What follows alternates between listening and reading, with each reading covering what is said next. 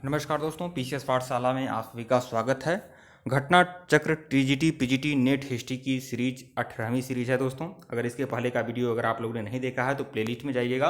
घटना चक्र TGT PGT NET history के नाम से प्लेलिस्ट बनी हुई है। एक बात और कहना चाहूँगा आप सभी लोगों से, बहुत सारे लोगों की शिकायत है कि वीडियो छोटा है, वीडियो 10 मिनट का है, 12 मिनट का है, वीडियो कम से कम 1 घंटे का बनाया करिए।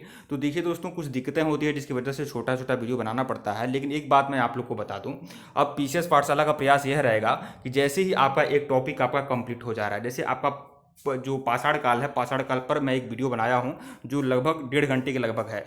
ऐसे ही सिंधु घाटी सभ्यता का, वैदिक काल का, जैसे ही एक टॉपिक कंप्लीट हो जाएगा तो उसकी एक कंबाइंड वीडियो आप लोग को मिल जाएगा, एक मास्टर वीडियो मिल जाएगा।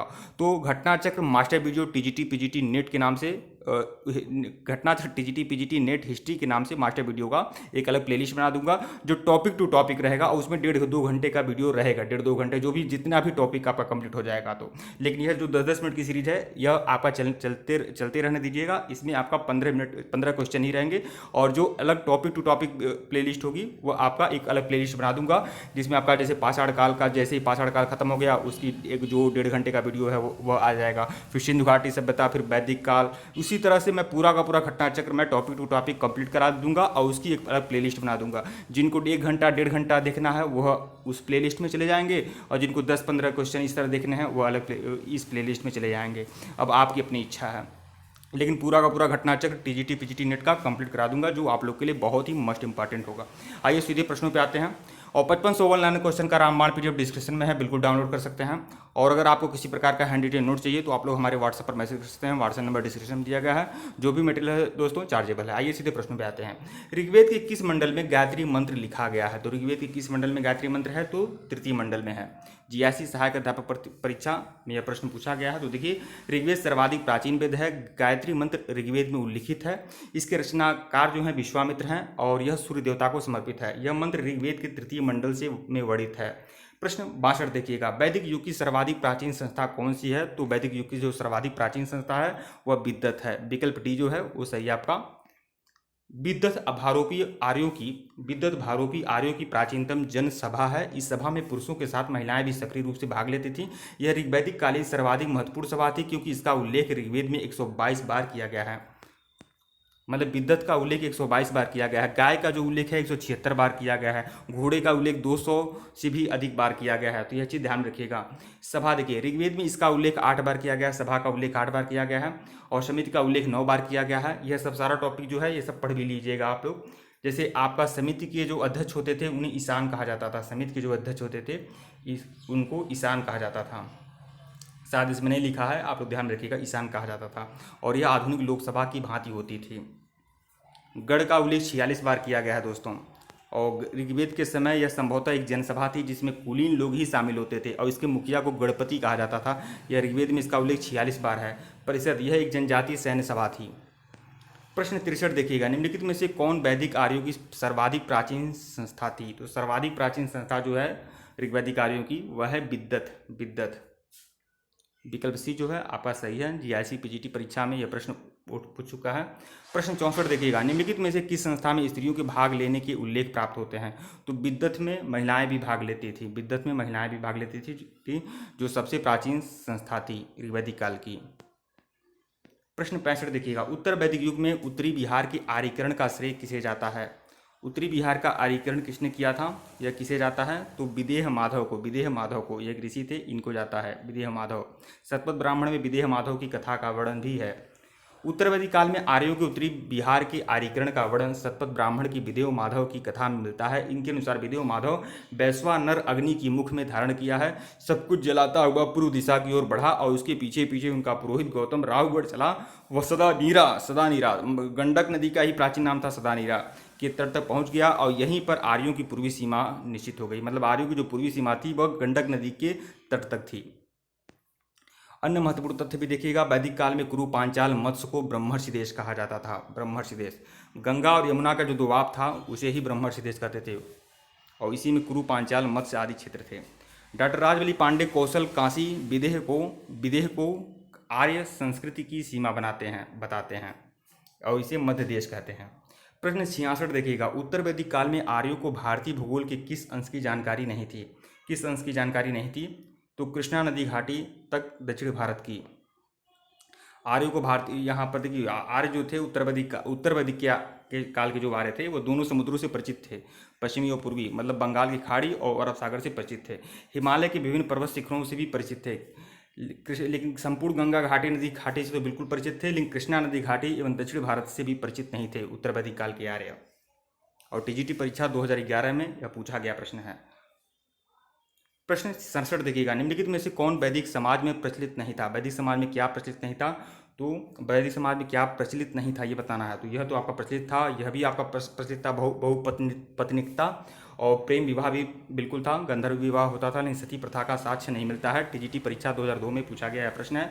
वैदिक समाज में सती प्रथा का प्रचलन नहीं था। भारतीय समाज में सती प्रथा का उद्भव प्राचीन काल से ही माना जाता है तथा इसका व्यापक रूप से प्रचलन पूर्व मध्यकाल में हुआ था। सती प्रथा का पहला अभिलेखी साक्ष्य जो मिलता है 510 के ईरण अभिलेख से प्राप्त होता है। आप जानते हैं भानुगुप्त का ईरण अभिलेख।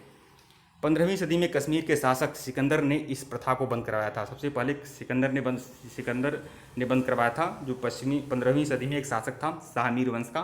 मुगल शासक अकबर व पेशवाओं के अतिरिक्त पुर्तगाली गवर्नर अल्बुकर्क ने भी इस प्रथा को बंद करवाया था। फिर लॉर्ड कॉर्नवालिस ने भी इस प्रथा पर रोक लगाई थी। फिर लॉर्ड हेस्टिंग्स ने भी इस प्रथा पर रोक लगाई थी। अंतिम में लॉर्ड विलियम बेंटिक ने इसे पूरी तरह से खत्म कर दिया था राजा राम मोहन राय के प्रयास से।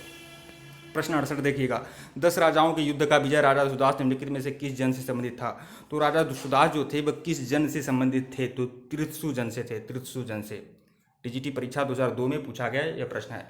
दसराज युद्ध यानी 10 राजाओं का युद्ध का उल्लेख ऋग्वेद के 7वें मंडल में मिलता है। ध्यान रखिएगा, बहुत ही इंपॉर्टेंट है। इस युद्ध में एक तरफ पुरु नामक आर्य कबीला और उनके सहयोगी जिनके सलाहकार ऋषि विश्वामित्र थे, दूसरी ओर भरत नाम का समुदाय था जिसके नेतृत्व तृत्सु नामक कबीले के राजा सुदास कर रहे थे और जिनके प्रेरक ऋषि वशिष्ठ थे।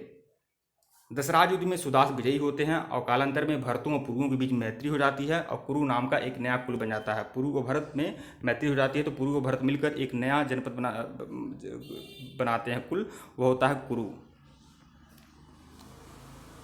अगले प्रश्न पे आइएगा, प्रश्न संख्या 69।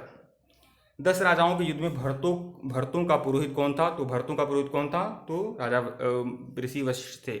जीआईसी प्रवक्ता परीक्षा 2009 में पूछा गया यह प्रश्न है। 70 देखिएगा, प्रश्न संख्या 70। 10 राजाओं के विख्यात युद्ध में निम्नलिखित में से कौन विजयी हुआ था? तो कौन विजयी हुआ था? राजा सुदास। दसराज युद्ध पुरुषड़ी नदी के तट पर लड़ा गया था। पुरुषड़ी मतलब रावी नदी का आधुनिक नाम था, प्राचीन नाम था, जिसमें भरतों के राजा सुदास ने उन विरोधी जातियों को हराया जिसमें पुरुषड़ी नदी पर शिव, पक्त और उत्तर पश्चिम की सहयोगी जातियां आ मिली थीं।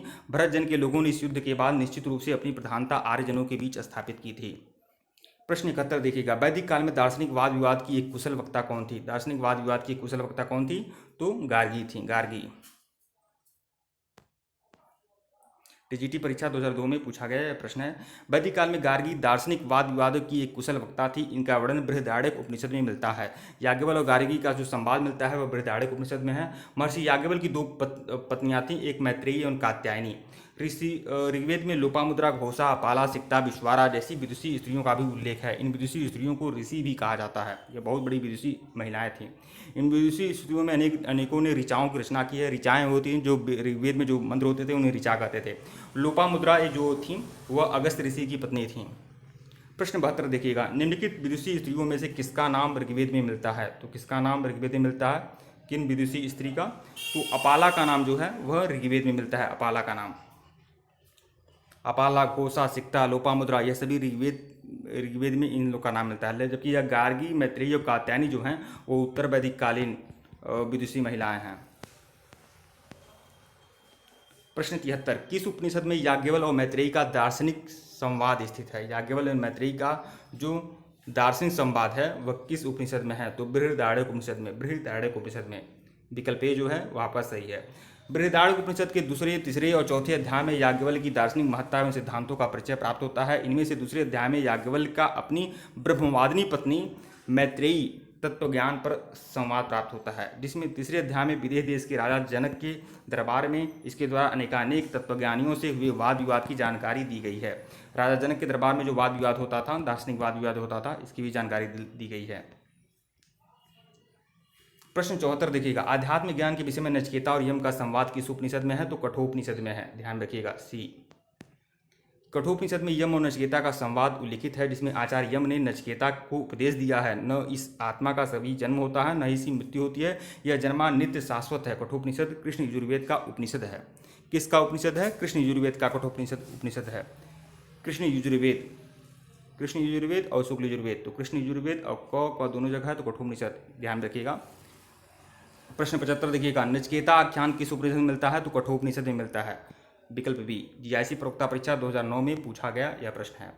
ठीक है दोस्तों, वीडियो को लाइक और चैनल को सब्सक्राइब करेगा। डिस्क्रिप्शन में लिंक टेलीग्राम का है, टेलीग्राम को बिल्कुल ज्वाइन करेगा। और जिन लोगों की शिकायत है कि वीडियो छोटा है, मैं बोलना चाहूँगा, अब अलग अलग टॉपिक पर वीडियो बन जाएगा। जैसे ही आपका प्रागैतिहासिक काल खत्म हो रहा है, एक मैं वीडियो बना दिया हूँ, 1 घंटा 22 मिनट का है। वैसे सिंधु घाटी सभ्यता का भी मास्टर वीडियो बन जाएगा। फिर आपका जैसे ही एक टॉपिक खत्म हो जाएगा, मर्ज करके एक वीडियो बना दूंगा और उसकी अलग अलग प्लेलिस्ट बना दूंगा, घटनाचक्र, TGT, PGT, NET, history, topic to topic, ऐसे करके बना दूंगा। आप लोग जाकर देखिएगा, जो आप लोग को मन करे वो देखिएगा। ठीक है दोस्तों, वीडियो को लाइक और चैनल को सब्सक्राइब करिएगा। धन्यवाद आप लोग को।